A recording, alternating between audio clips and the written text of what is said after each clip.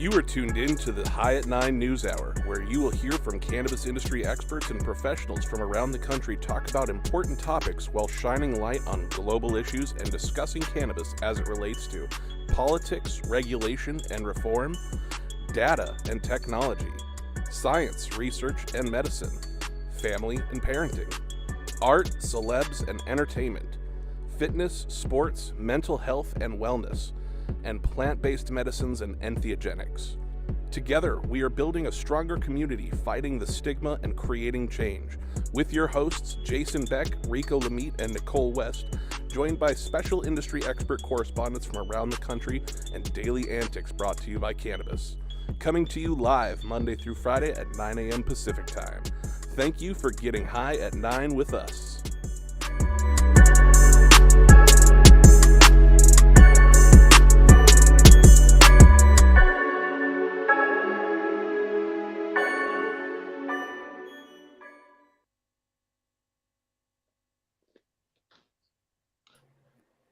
Oh, yeah. Catch me while I'm moistening my situation here, everybody. What is happening, everybody? My name is Rico Lamitte. Welcome back. You are now tuned in to another episode of High at 9 News. You can always catch us 9 a.m. Pacific and high noon on the East Coast. And my name is Rico Lamitte, the dopest dad on the street. It's Monday, November 14th, 2022. And also, where my national days at? Where my national days at? Spicy guacamole day. Here we go. It's National Spicy Guacamole Day for those who prefer avocado dip to be as aged. They want their avocado dip to be as spicy as it's intended to be, as God intended, ripe with flavor. National Pickle Day for those who enjoy shrunken cucumbers preserved in vinegar and embalming fluid. National Family PJ Day for the parents out there believing that, simply matching in pictures is not weird or traumatic enough for your children. And finally, National Seatbelt Day, an all-American nod to that one time that the fun police got it right. For everyone watching us, please remember to like, share, and subscribe to High at 9 News on social media platforms. We appreciate the love and feast off of your hate. We are live weekdays on YouTube and Twitch, audio only on Clubhouse. But if you choose the Clubhouse route, you can also participate in the show by raising your hand. And if you have a brief comment on the story presented, we will bring you to the stage. We're going to get this party rolling in just a second here. But first, this. We're going to roll that commercial? What's going on?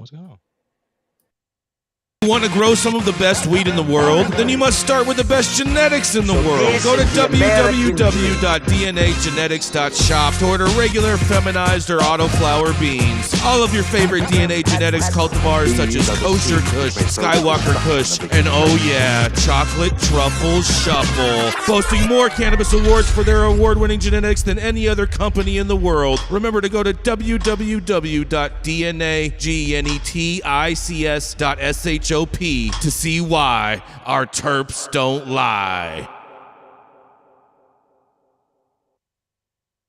Oh, yeah. Terps do not lie at all. But up next, we do have the longest continuously operating retailer in the game, always smoking on the best weed in the world. And you know what? He's known to the Mar-a-Lago staff as Gucci Blanco, hustlers in Detroit, White Gucci, and anyone in West Hollywood considering cannabis tourism knows him as El Presidente. Coming to the stage is Jason Beck. What you got for us today, my man? Happy Monday. Oh, yeah. Good morning, Rico. Happy Monday. Hope everybody is getting ready for a big MJ Biz Week this week in Vegas. I know once I finish the show, I'm going to be on the jet on my way there myself.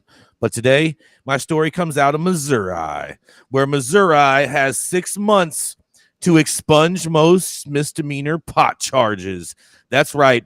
Following the passing of Amendment 3, we're taking a closer look at what this means for criminal marijuana offenses and the automatic expungement of some offenses. Amendment 3 has now become Article 14, Section 2 of the Missouri Constitution. Missouri Normal Attorney Dan Vietz said state courts have 6 months to wipe thousands of criminal history records clean of marijuana-related offenses. Anyone who has a municipal or state possession charge, which is a misdemeanor of either paraphernalia or marijuana itself, should have an automatic expungement of that by June 8th of 2023, Vietz said. Vietz said people who are in a correctional facility or on parole for marijuana-related offenses are going to have to go through a legal process to get those charges taken off their criminal records. Up to 3 pounds should be automatically expunged, but amounts above that are very likely to be expunged as well. But they will not be automatic. The defendant should contact an attorney who does criminal defense law in order to pursue an expungement through the courts on larger amounts cases, Vietz said. He said the courts have a year to take felony pot offenses that are no longer a crime off the records of people who already served time in prison or jail and are no longer on parole. ACLU attorney Tony Robert said marijuana drug charges on someone's record can prevent them from getting a job, finding housing, and more. One way that it can have a big effect on someone's life is if it makes you ineligible for any federal student assistance to continue your education beyond high school. So student loans, Pell Grants are automatically off the table. If you have a conviction on your record for any marijuana offense, no matter how young you were or how minor it was, Rohert said. Rohert also said they're going to keep a close eye on Missouri courts to make sure this happens. They'll hear about it if it's not, but we will fully trust the government of Missouri to take this new constitutional right as seriously as they do every other constitutional right, Robert said. And Vietz says tax on marijuana in Missouri is expected to bring in $41 million, and some of that money will be used for the expungement process, which is estimated to cost in between $6 to $7 million in Missouri. Well, I think this is a great step, and I'm surprised like up to 3 pounds you get automatically expunged. I think that's amazing and a great step forward. But I want to see what everyone else has to say. And this is Jason Beck reporting for High at 9 News. I'm just curious when they're saying if they're there now, they have to fill out paperwork. I think it was alluded to if you are incarcerated currently for a marijuana related charge, then you have to get the lawyer involved, or if you're already out and you got caught with over 3 pounds, then you have to get the lawyer involved. 3 pounds? That's what it said. I was shocked. 3 pounds is a lot. Like, it's a decent amount to get caught with. Oh yeah. So I mean, you could for the prices for what weed's going for in Missouri right now, you can make a killing. There's some decent weight. Yeah. So if you were caught with less than 3 pounds, it's just gonna like disappear off your record. Like, how is that? That's what they're saying. That's what they're saying. And Normal is saying that really they are going to rely on the government to do this correctly. That's the part that, like, when I heard that, Yeah, I was right? like, who fucking Me too. Whose dumbass sentence was, we're gonna trust that the government's gonna take this fucking seriously. I agree. Why are we trusting the government to do it? I think we need to have some type of attorneys that are overseeing this process to ensure that it's done in a correct manner. Well, you don't trust the government, Jason? I do not trust the government, no. Jason, was this a ballot measure that passed? Yes, this was the ballot measure Amendment 3 that passed in Missouri, and now it is a constitutional amendment. So our Amendment 3, which is what the voters voted on, has now become Article 14, Section 2 of the Missouri Constitution. I want to encourage everyone who lives in the state that has a ballot measure to take advantage of them, because people like us who live in Georgia, we don't have that here. We are at the mercy of our legislators. So if you have ballot measures access, you should really try to use it. That ballot measure was the actual legalization ballot measure too, correct? That's correct. Yeah. Yes. So that's what just passed, which I know there was a lot of confusion on some of the quality of some of these ballot measures, but it did look like Missouri was one of the more elaborate and considerate to, you know, what has happened because of the criminalization of cannabis. So that was pretty rad to see Missouri pass. I wasn't expecting Missouri to pass it, honestly, but it did pretty good too.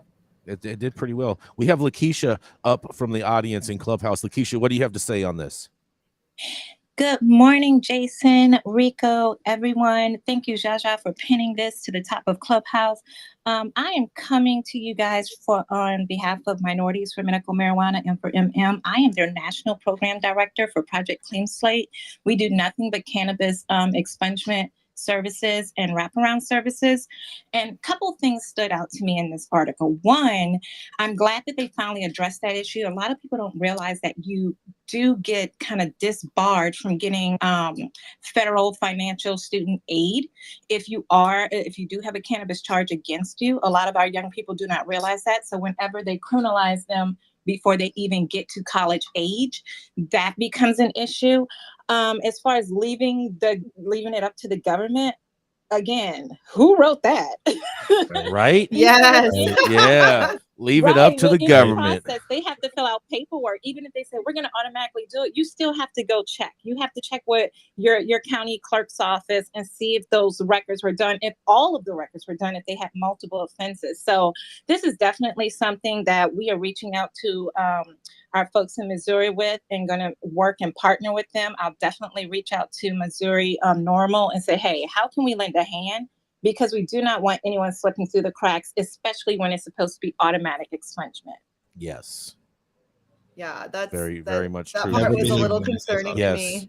Leave no POW behind. As a felon who would definitely like that reality to be, you know, possible, I would never trust any government to take care of my record, to make it better. I barely trust them to properly file the things to make it worse correctly. You say worse correctly? Yeah, okay, so I had a lot of charges that I could have been facing. And there was a part of me that was like, I had to keep checking my record to be like, let's make sure that they didn't accidentally click the wrong fucking box, you know, and all of a sudden I've got 2 or 3 felonies because I was facing multiple and I took a plea deal. And so the way that the paperwork goes through the system, you know, it very easily could be put up to the wrong thing. And that has happened. I have seen that happen, and it has happened with people that I know going through the legal system. Not actually, they shouldn't have been charged with something and then it ended up being on their record and they had to go through a whole entire fucking legal proceeding to prove that. Oh boy. And also at one of our claims that we had at Marion, Maine in September, I had a gentleman come through and he was just trying to make sure that everything was good for his passport application before he submitted it because he was going out of the country. And those charges were there. So it can affect people in just going to visit their relatives out of the country. So yeah, we had to make sure that every single one was closed out and cleared out and no longer going to affect him on his record. Awesome. Thank you so much for your work, Lakeisha, with everything that you're doing for everyone out there. We would definitely appreciate it. And shout out to M for MM for everything they do. Yes. Oh, hold on. Where is my button? Hold on. Here we go. Dude, Rico's round of applause was so much better. It was like a whole ass crowd. Yours was like 3 sad people at a coffee shop, bro. My shit is lit. Okay. Yeah, my thing. They're like, they're fucking turned up over there. Sundays. They're like drunk at a bar. Yeah, they're turned up. That's right. My guys stay litty titty at the bars. You know what I mean? But coming up next, she's a cannabis business consultant, an industry veteran, a bullshit buster, and a self-proclaimed general overall data bitch, boasting over 13 years in the regulated market, but with deep roots in the legacy industry as well. So much roots in the legacy scene that she did some time for a cannabis crime. In none other than the Nicole West. Good morning. Happy Monday, everybody. My headline today is actually coming out of Thailand from the South China Morning Post. Thailand is tweaking the cannabis rules as lawmakers are lashing out at recreational use. And this should really come as no surprise to anybody that's been watching the development of the legalization of cannabis in Thailand. I definitely was surprised to see the way things were going so rapidly, but I'm not surprised to see the pushback that's happening now. So Currently, Thailand has slightly revised the rules on the sale and use of cannabis as a controlled herb, while awaiting the controversial bill on the plant that has been delayed due to criticism from lawmakers concerned about recreational drug use. And I will say they probably shouldn't have used the word recreational. The government in June became the first in Asia to decriminalize use of cannabis, but designated the plant as a controlled herb and banned sales of all parts of the plant to people under the age of 20 and women who are pregnant or breastfeeding. That'll be a fun one to keep up.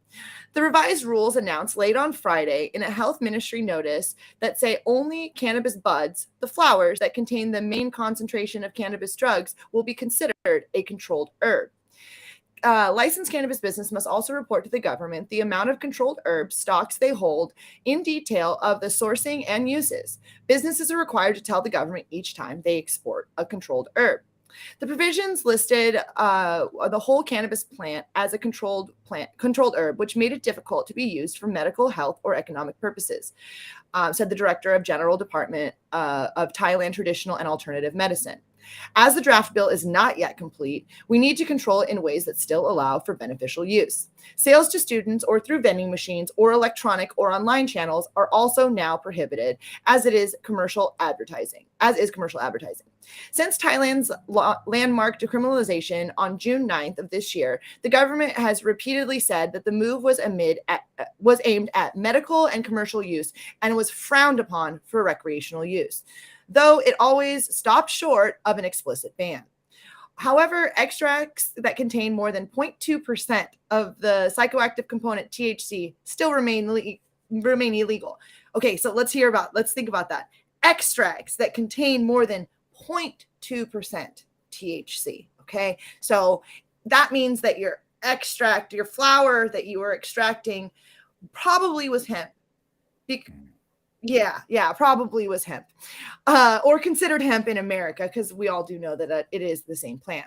The move to decriminalize prompted a prominent medical doctor and 5 opposition lawmakers to petition an administrative court on Thursday to revoke the June 9 law, citing concerns over recreational use of this plant. So I will say, everyone that's packing up their bags, getting ready to move to Thailand because they think that's the next big cash cow, I would be cautious of that. The cannabis bill, which passed the first reading in June, was designed to give the government more control over the industry. It was withdrawn from Parliament session in September after several lawmakers said that the draft lacked enough provisions to prevent the recreational use, and they threatened to vote it down. The bill is expected to be reintroduced in Parliament debate this month. So I definitely would caution anybody who's banking on Thailand right now. There's a few reasons. One, I do believe that this will be such a heavily government-controlled, government-sanctioned business that, in the nicest way possible, all of you white people trying to go and appropriate the Thai country so that you can take your business that you've learned in America over to Thailand because you think you're going to fucking rake it in and be able to live in Koh Phi Phi Island and take your tuk-tuks everywhere. Wrong. The government will come for you. And I do think that this is something that we need to be cognizant of, is in a big way, that we're not going to go and appropriate this fucking country. And cannabis has been around in Thailand for a long time. Cannabis has been a part of the Thai culture for a very long time. Don't think that they need us. They might need us on some technology things because we have been evolving on that, but they don't need us. So message to the white people who are planning on moving to Thailand to take over the country to sell weed: don't. And I'm Nicole West, getting high at 9 with y'all. Yeah, Nicole. What's a tuk-tuk? A tuk-tuk's the little thing behind the bike. It's a little cart. It's a little the cart taxi behind the bike. The taxi. It's a taxi. It's a tuk-tuk. Okay. It's the Thai taxi. All right. Yeah. All right. Okay. There a lot of Asian cultures have that as like a traditional method. I mean, they haven't. They have them all throughout Europe too. Yeah. You can go and get in a horse and carriage in Sacramento even. That's true. But it's like the common taxi out there. You guys know why cannabis is illegal in most countries besides the United States? Why? It's because the U.S. ties our foreign aid money to our drug policy, and so that's why we're seeing all kinds of countries starting to look at legalization, because it's finally pulled back so much in the U.S. They're starting to feel like they're not going to lose their billions of dollars in aid money. Mm-hmm. Yeah, just a little bit of trivia. Shout out to the ghost of Harry Anslinger.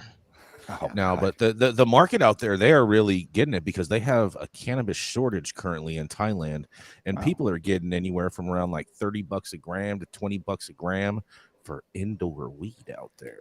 Better tell Leonardo to get that canoe going from the beach. But they have a supply problem because too many packages get caught up at the border again, trying to get mailed in. It's amazing to me the amount of people that when, you know, a country comes online that people are like, oh yeah, we're going to go there and we're going to do that in that country for weed, you know? And it's like, I'm not trying to say that we don't want to help and don't want to expand, but like people are going and fucking appropriating other countries because we've been doing it longer. And then they show up and they're trying to boss everyone around. And it's like, we could help and we can offer help, but it's not, we need to be careful because is it that we've been doing it longer or is it that we do it better? Let them ask. How about professionally that? I mean, professionally in like a business setting, we've been doing it longer. I mean, real life, Colorado. Okay. So Colorado has been doing it the longest, Colorado and Washington, when we talk about like trying to follow the fucking rules and go through the, you know, the rat maze that the government set up for us to make it from point A to point B to hopefully collect some cheese. But that process is all I'm saying that we've been doing longer.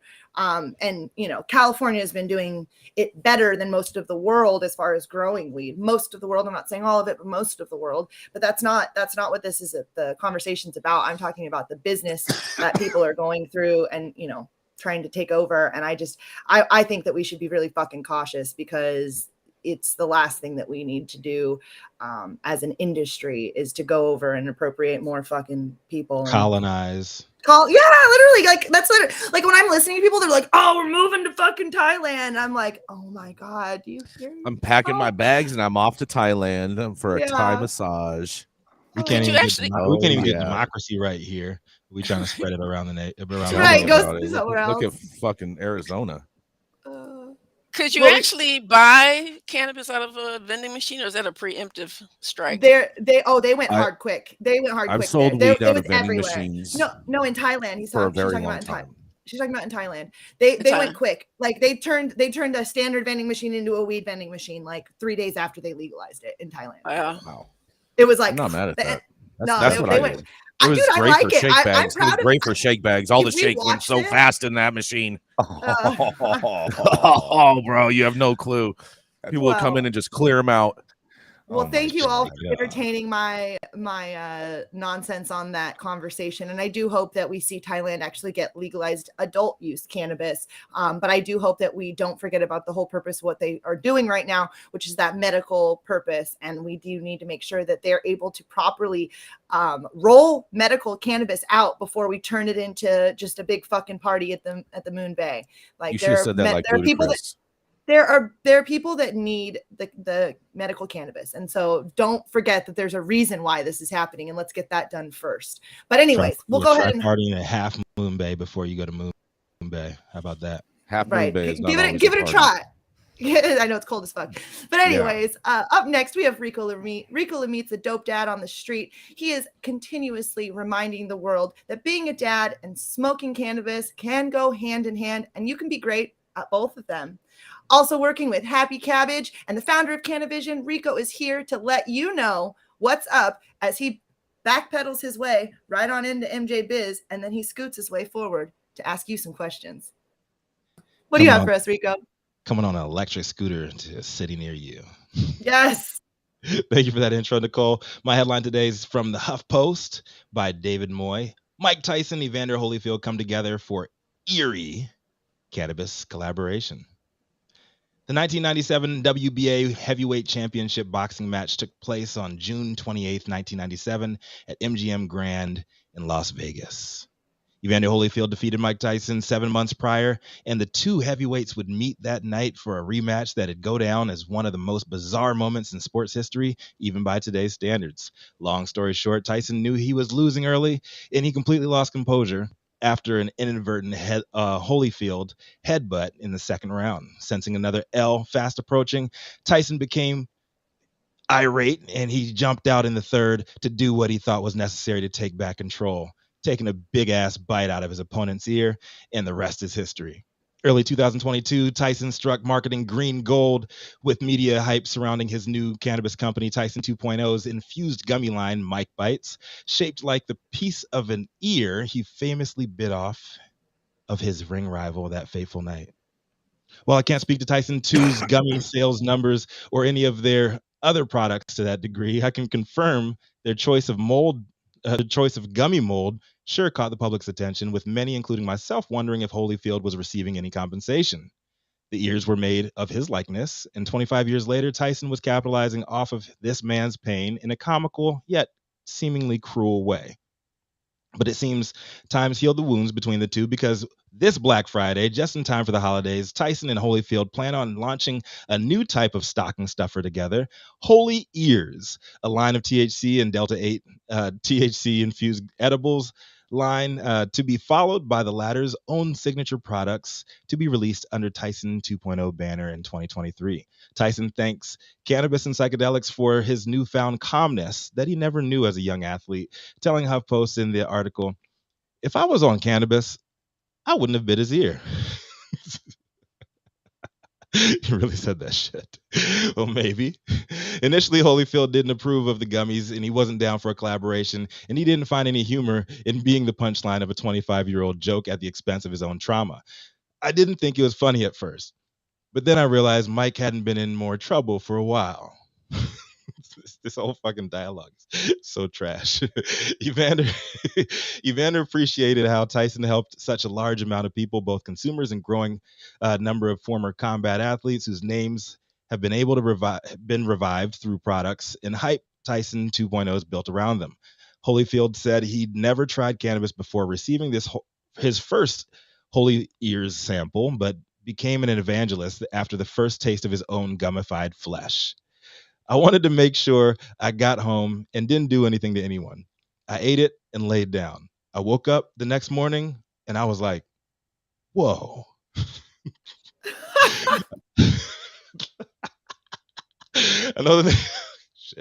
Another name Mike Tyson tends to hurl folks into their feelings because of his violent past. And I agree he definitely deserves most, if not all of that criticism. But the fact is, I do believe in redemption, and anyone continuing to condemn someone who's done hard time for their past sins in this industry is throwing stones from the couch of their glass living room.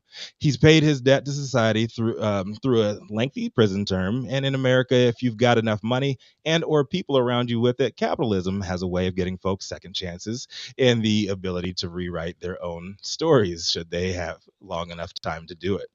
Tyson's found his own personal redemption through a story play out through cannabis, and he's able to bring a slew of washed up fighters along with him, reintroducing them to the limelight they'd probably never see again had they not picked up when he made that call. I personally will not be spending my own dollars on any Holy Ears gummies from Tyson 2.0 this holiday season, but maybe the two will be doing promo together and giving samples out this week at MJ Biz.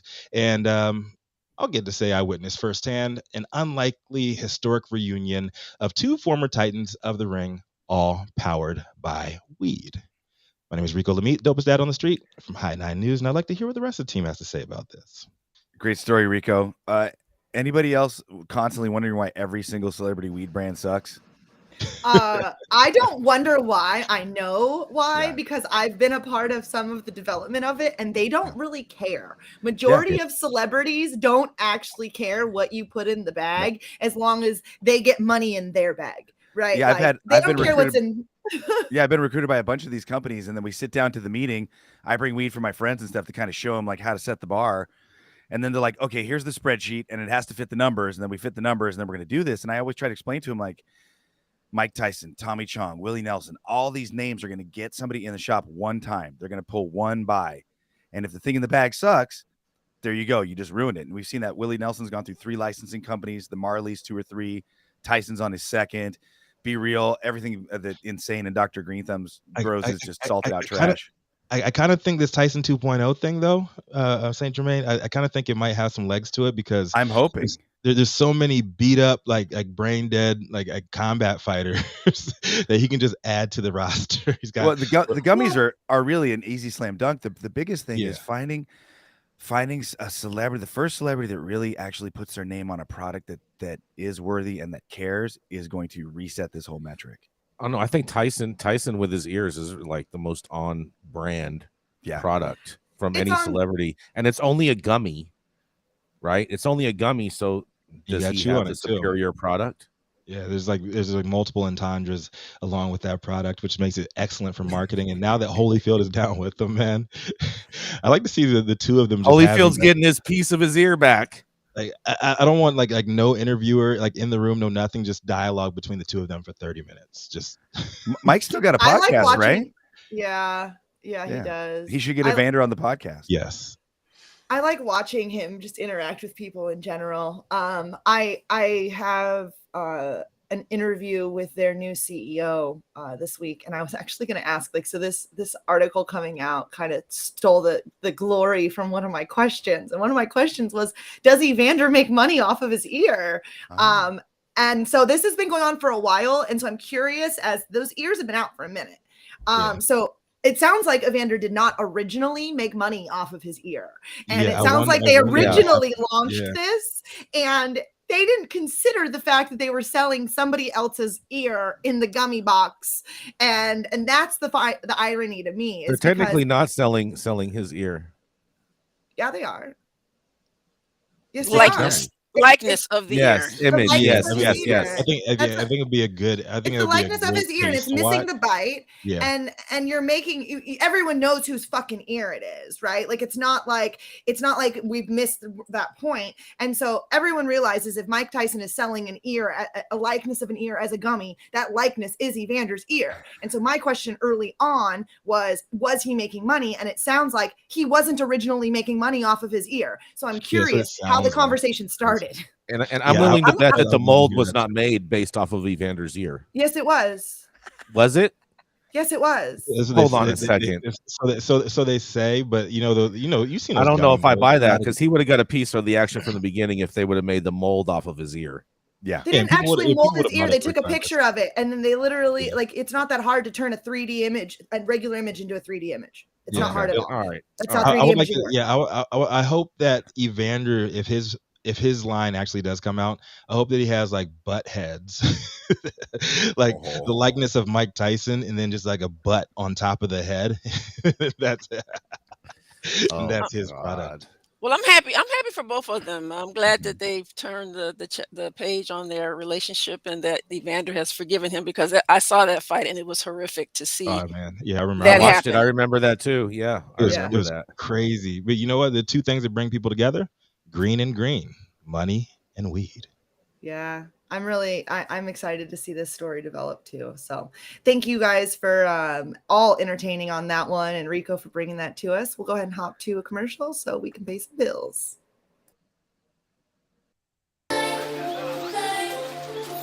At True Classic OG, we live by one motto: stay true. We stay true to our legacy cut of True OG that's always fresh, piney, gassy, and delicious. We represent the spirit, hustle, and diversity of our great city of Angels.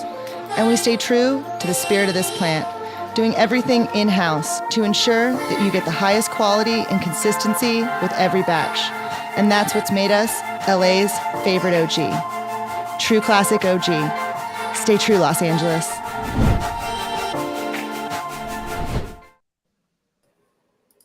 Thoughts and opinions in general trade thrown on the High at 9 News are those of Angel speakers, not those of any of your speaker or its followers. The statements made do not constitute legal or accounting advice, and our speakers make no representation regarding the legal status of any substance, country, area, territory, or its authorities. The views expressed in this room do not establish fiduciary relationships. Our sponsors do not imply, constitute any endorsement by us, the expression of any opinion whatsoever, or any speaker on stage. If you're an easily offended person, the show's probably not for you. Also, maybe it's time to take a bite out of someone else's ear. Flying into LAX and you want to taste some of the best weed in the world? Then stop by LAXCC, the closest dispensary to LAX. Located at 8332 Lincoln Boulevard and open from 8 a.m. to 10 p.m. 7 days a week. Always make LAXCC your first stop when you touch down in LA and score like a winner. And don't forget to tell them I sent you and mention you'd like to get High at 9 for 10% off your full order. This Atlanta-based powerhouse is the Plants for Life CEO, a dual board-certified physician, well known for helping folks understand and manifest the immense innate powers over personal health by using cannabis as it was intended, as medicine. Dr. Felicia Dawson, what do you have for us today? Glad to have you on with us. Thank you, Rico, and happy Monday, everyone. Especially thank you to my fellow citizens who let their voices be heard by voting. Much love and respect to all the election poll workers who literally put their lives on the line to collect and count our votes. Thank you. My headline comes from the journal Addiction. Association of Cannabis Use During Pregnancy with Severe Acute Respiratory Syndrome, Coronavirus 2 Infection, a retrospective cohort study by Kelly C. Young, Wolf et al. It's important to remind everyone that the American College of Obstetricians and Gynecologists and the American Academy of Pediatrics discourages the use of cannabis during pregnancy and breastfeeding. Researchers reviewed electronic medical records of over 58,000 pregnancies that occurred between March 2020 and September 2021 in women aged 14 to 54 at Kaiser Permanente North, a California healthcare system. These women tested negative for COVID-19 prior to pregnancy onset. After urine toxicology testing at the first prenatal visit and self-report questionnaire regarding substance abuse, they were divided into three groups: current cannabis users, which was about 7%, those who had recently quit, 12%, and non-users at 81%. After adjusting for body mass index, diabetes, hypertension, parity, tobacco, smoking status, and the current use of cannabis group was associated with a 40% decrease rate of SARS-CoV-2 infection. That's 40% decrease rate of infection with COVID. Those who recently quit had only a 4% decrease rate of infection. Current users of cannabis tended to be younger, Latina, or Black, lived in more deprived neighborhoods, had subsidized medical insurance, hypertension, and lower parity than the other two groups. And these are some of the same risk factors that actually put you at increased risk of COVID. Of note, the current use of cannabis group in this study had a higher rate of cigarette smoking than non-users or those who had recently quit cannabis. The authors state that from a public health perspective, their findings suggest that it is unlikely that current cannabis use during pregnancy increases the risk of SARS-CoV-2 infection. The protective effect is provocative, they stated, but not determinative and worth further study. The article then briefly discusses some of the preclinical research that seems to support that cannabis could have a protective effect on SARS-CoV-2 infection.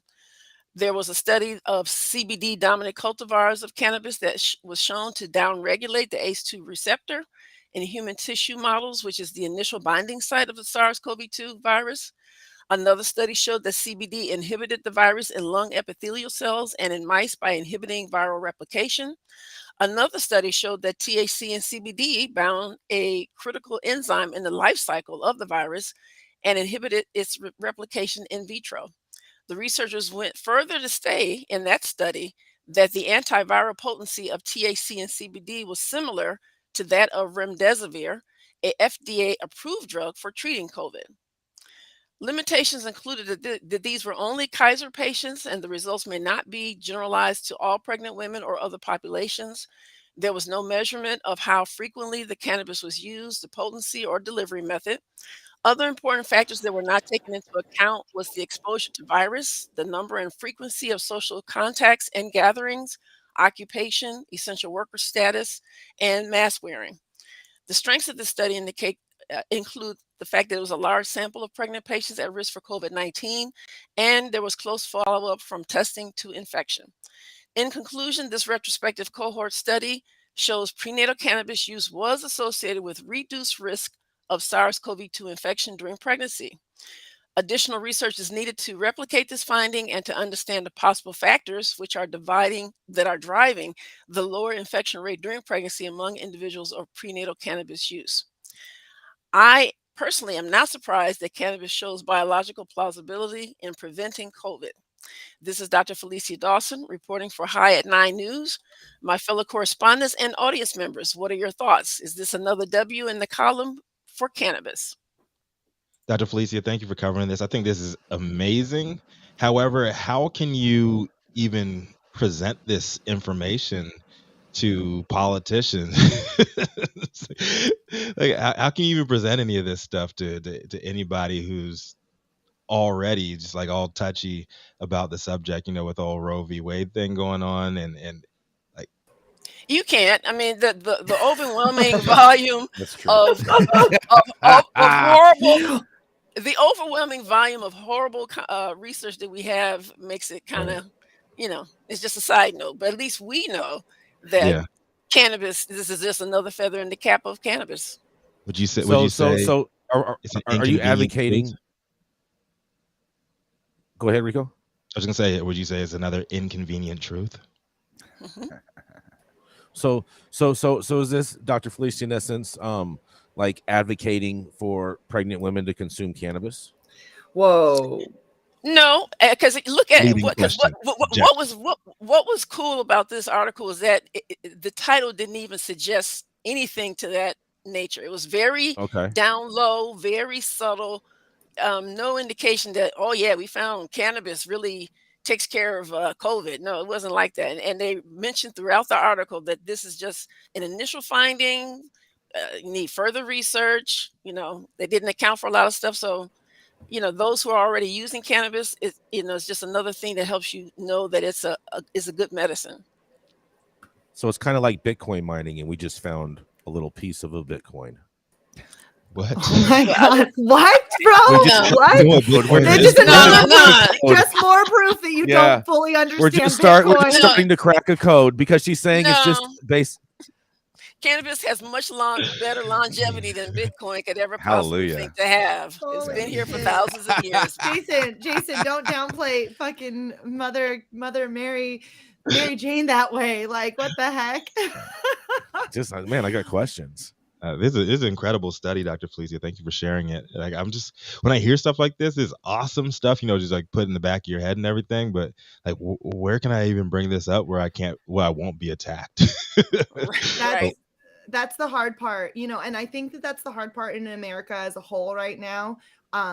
In those situations, having a conversation about things that, especially natural things that can help. Like, I've literally been like, people have wanted to like attack me when I talk to them, like, hey, I understand that wearing a mask is helpful, but also change your diet, because if you were healthier, your immune system would be better. And that would be hugely advantageous to your life. I'm not saying not to wear a fucking mask. I'm saying your diet would probably do more good for your overall life and your ability to fight off any fucking infection. And people want to just crawl down your fucking throat about it, and you're like, I'm not saying to not wear a mask. I'm saying don't eat fucking pizza and beer for dinner every night. That's all.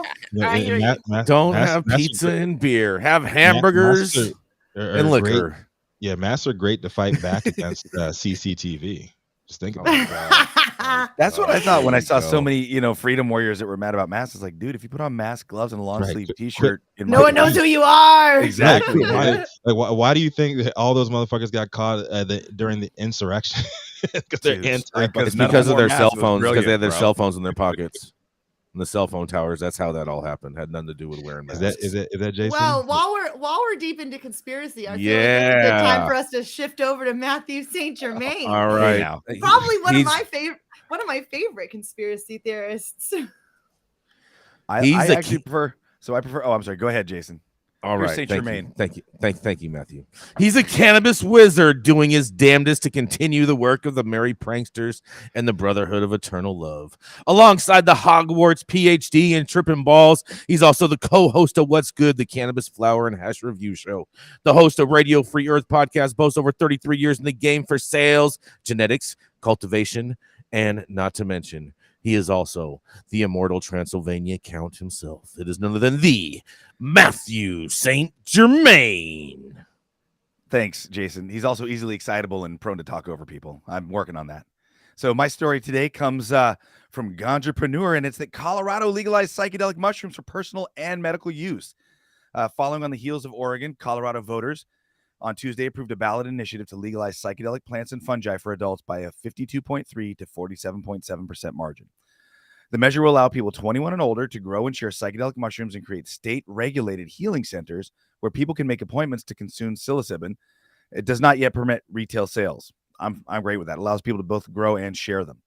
In a statement to the Colorado Sun, co-proponents Kevin Matthews and Veronica Lightning Horse Perez said, voters saw the benefits of regulated access to natural medicines, including psilocybin, so people with PTSD, terminal illness, depression, anxiety, and other mental issues can heal. Luke Niferatos, chairman of Protect Colorado's Kids, told The Sun that voters are allowing billionaires, startups, and entrepreneurs to take control of medicine in the state instead of scientists, medical doctors, and the FDA. The measure will also allow facilities to expand to 3 more plant-based psychedelics in 2026, including ibogaine, mescaline, and DMT. Mental health centers and substance abuse treatment clinics could also seek licenses to offer psychedelic treatment. Colorado joins Oregon and Washington, D.C. in reforming their laws related to natural psychedelics. I think this is a really exciting moment in our history. Psychedelics are being shown to be beyond non-toxic, hugely beneficial to the human race, and I think this is a step in the right direction for the mental health of human beings. This is Matthew St. Germain for High at 9 News. Big I shout got all out to kinds of Colorado. feelings. Yeah, I got all kinds of feelings about it, though. This is just another case of aliens helping Americans. And anyways, humans. I have real statements on Matthew's story. I've got a lot of feelings about it. We'll go as a felon who got my fucking F in Colorado 5 years ago because the way that the system was rolled out for them, they decided that they didn't enjoy the way the laws were being used to consumers' favor. That's my the most real thing. I'm curious to see how this actually shakes out. First of all, mushrooms are drastically easier to grow than weed. Okay, in the way of time, in the way of space, in the way of energy, they are drastically easier to grow. And so we're going to see this. I predict a very similar reality to all these people coming to Colorado because they're going to fucking get a 4-bedroom house and live in the fucking living room and put totes in every room and have a full trap house out of a psilocybin game. I see. I totally agree with you on this, Nicole. This is exactly what happened with Colorado legalization. Everyone moving out there. It's the same thing. It's going to be the same. We're going to see the same thing. It's going to be the same thing. There's going to be little trap mushroom stores everywhere, and it's going to be fucking popping and trippy. But it's already happened. But they're going to be probably the most identifiable stores because people are going to want to like paint them all psychedelic colors and shit. Yeah, right. And like really make them stand out instead of like seedy weed shops. You can just like drive by them and never even know they were ever open. It's like bright red with little white dots all over it. Exactly. Little happy faces and flowers and shit. Matthew, you have a lot of experience with psychedelics, and I have a question for you. I know that Big Pharma is in the process of trying to create psychedelics without the psychedelic experience to market. They're missing out. They're about to miss out on all the fun. Does your gut say that it's the psychedelic experience that is doing some of the healing or doing most of the healing or all the healing? by far one of the biggest things. So psychedelics have been shown now through MRIs and other work to shunt blood flow, to turn off blood flow to certain parts of the brain that deal with panic responses, trauma responses. They help to depattern and start new neural programming and connections. This is all stuff that's come out of Johns Hopkins University. This isn't bro science. This is actual peer-reviewed science. But yeah, I think one of the biggest problems we have with mental health is that people, Western medicine, allopathic medicine has been trying to alter brain chemistry without actually dealing with the roots of trauma. And I would highlight the work of Gabor Mate, who's a physician out of Vancouver, BC, who's somebody who's pointing to the fact that nearly all drug addiction, most maladaptive forms of mental illness are results of childhood sexual trauma, childhood emotional trauma, child abuse, and sometimes other traumas, and how people respond to those. And I think that a big part of the psychedelics is in the depersonalization, in a positive depersonalization, allowing you to see your life from a third party point of view, kind of an overview. It really allows people to resolve things, to forgive themselves and other people involved in their traumas, and to settle these situations. At the same time, I think I'm going to go to MJ BizCon. I'm going to tell every chat I see that they need to get into mushrooms and acid because they're going to be able to 100x their money. I just blatantly lie to these guys that they're going to make all of the money. They're going to be able to franchise this because the truth about psychedelics is once they're out of the box and enough of us use them, they're going to lead to a reformation of society and what I call the Great Relaxation. And I know that might sound crazy. What kind of driving test are they going to have to tell if you're high on psychedelics? It would be a blood test. Blood, yeah. Mario Kart. Because or they'll just go like this. They'll just go like this. Yeah. Like, how many hands am I holding up? Yeah, I don't know, dude. Mario 4. Kart. Yeah. I mean, also like you can see a lot in somebody's eyes when they're properly dosed on any high and drive. Yeah, the dilation. I can. You shouldn't. But the other thing I wanted to mention real quick is if we look at the Greeks and the kykeon, which was a lysergic amide included beverage. If we look at the ancient Hindus who wrote the Vedas and their use of soma, which is most likely psychedelic mushrooms, the Maya, the Aztecs, the Olmecs, the Incas, and their use of psychedelics, the Egyptians and the blue lotus and the mimosa tree, what we see is that all of these high civilizations that we're creating megaliths we still can't build today, and we're creating these incredibly high cultures and living for thousands of years in peace, had the use of psychedelic beverages and or other admixtures. And I think the sooner we get back to psychedelic uses for ourselves, the sooner we get reconnected. We end this thing where a priest class became an intervention between us and the divine. The divine is inside all of us. And through psychedelics, we can reconnect to the fact that we don't need an intercessor. We don't need to pay somebody for their forgiveness or acceptance. The forgiveness and acceptance is inside of us all. And then we can get back together like a family and start cleaning up this place. And amen. I'd like to say that's another inconvenient truth coming from you, Saint Germain. Like, you're speaking the fucking truth, and that's history. There's anthropology behind that, and just do your research, man. It's amazing. It's amazing Matthew knows his history so well. I like what you said about it being the great relax. It's funny because I've had a similar theory, but mine was that cannabis was the great relax and that psychedelics are going to be the great awakening. Nice. Because I think cannabis led us to the ability to see that plants aren't as scary as we had worked ourselves out to believe that they were. And like a few years back, I was fighting with Beck about, he's like, don't involve mushrooms. It's going to fuck it up for the weed people. I was like, I don't think so. It is. I think it's not. It's not. And it hasn't. Is. And we've proven that it hasn't. It hasn't. Jason Beck loves mushrooms. Jason Beck loves mushrooms. You know, connection I just made. All right, so the sun and the moon, right? So weed helps you fall asleep during the day, and shrooms help you wake the fuck up at night under the moon.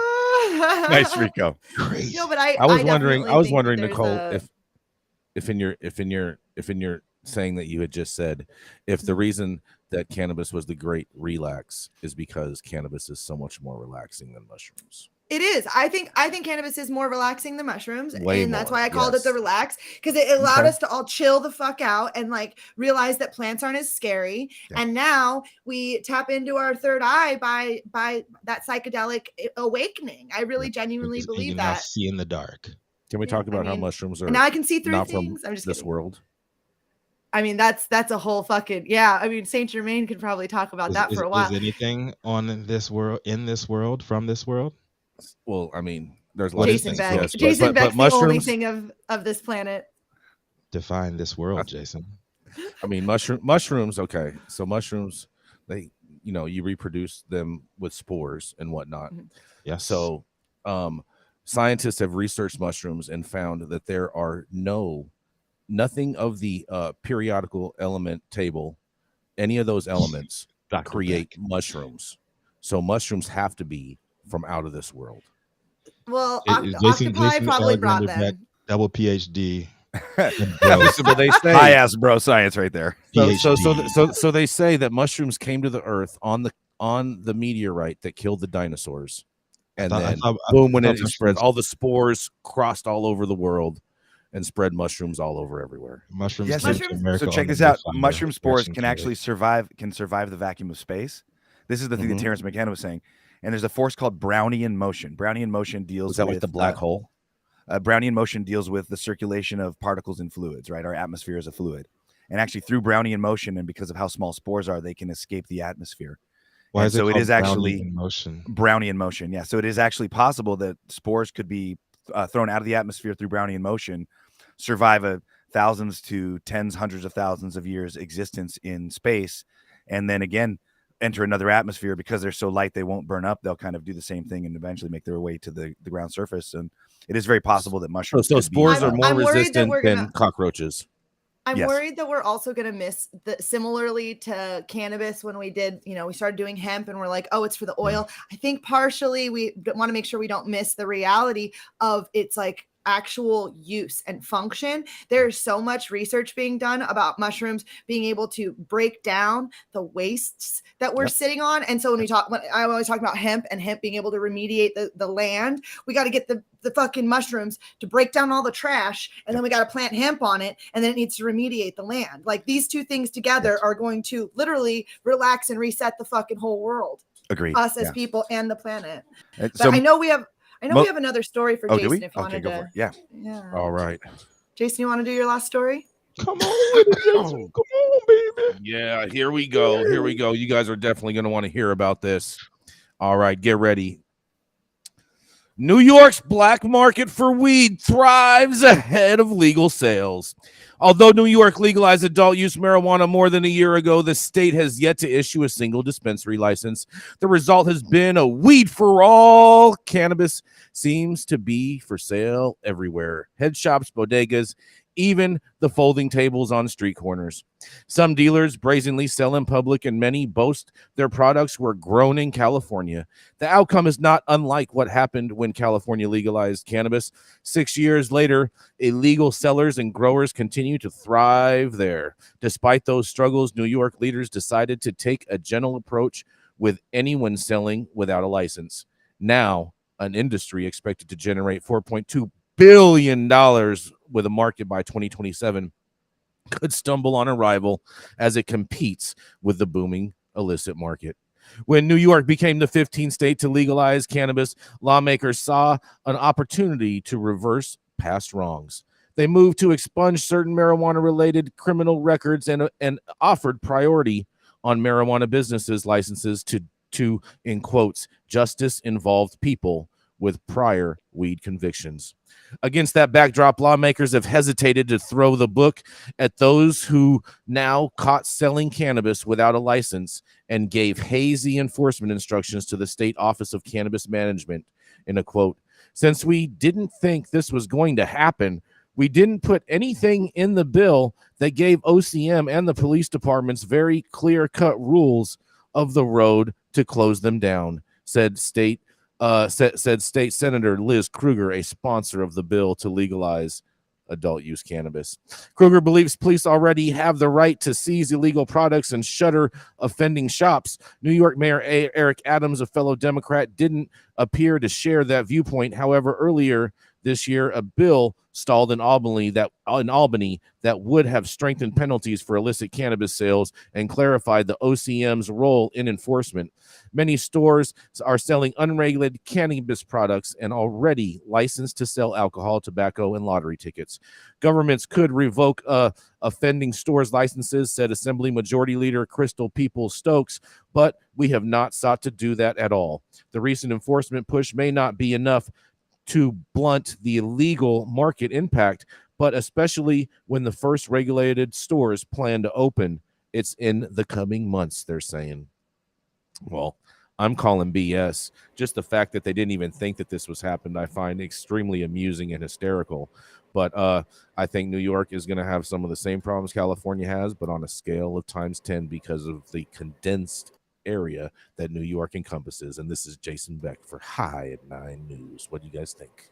So New York's actually quite big, but the city itself is very condensed. But that we discussed last week, the federal judge that had put a stop on 5 areas. At first, I wasn't really looking at the bigger picture, but the way that New York's market is, licenses are being rolled out, the social equity applicants applied for their top 3 or was it 4 locations that they would want. So now they're issuing licenses based off of zones. Each zone was able to get X amount of licenses. Okay. So 500 people all put in, or it's like 900 people all put in. There's 100 or 200 licenses available, whatever the number. And the way it works is it was a grading system. And then as it was graded, you would get sifted into the license locations order of your first to the last. So say you were the highest scoring on the thing, you would get to choose your first location. Well, 5 of the major locations have been taken away in New York. So I see I'm gonna back on out of my statement, and I'll still pay the $100 because a bet's a bet. I think Gretchen's wrong. I don't think we're going to see any stores before the end of the year because they're not going to be able to actually issue the licenses from these unless it's the nonprofit, because the nonprofits did not end up in the same chaos. There was way less applicants than there were available licenses. So for that reason, there was only 12 and they're supposed to issue 25. And so there's enough. But in the big picture, I am kind of curious to see how vast the trap market gets in New York, because I think it's going to blow up. I think I'm sticking to my statement that I said months ago when Eric Adams opened the door to all of this shit. You guys forget that he reopened broken windows policies. All you got to do is flip that switch, and all y'all motherfuckers are going to jail. Like everybody, ain't nobody gonna go to jail. That's gonna be like caught up in that. Let me tell you. Well, we are at the top of the hour. Thank you so much for that. everyone's time on this story. Great so episode. Democrats are going to start locking people up for weed. I want to see how that plays out politically. I'd like you to stop talking so I can end the show, Jason. Thank you. Thank you all for getting high at 9 with us and dealing with Jason Beck's insanity Monday through Friday, 9 a.m. Pacific, high noon on the East Coast. Big shout out to our audience and supporters for tuning in daily and listening to us. Thank you for the haters for still talking. Huge thank you to True Classic, LAXCC, and DNA Genetics for keeping the lights on. To our correspondents for being amazing. To Cannabis for giving us a reason to do this. To 3 is 4 for helping us create this space in this cannabis miniverse. And thank you all for tuning in and getting high at 9 with us. Bye. Thanks all. Bye. Wheels up.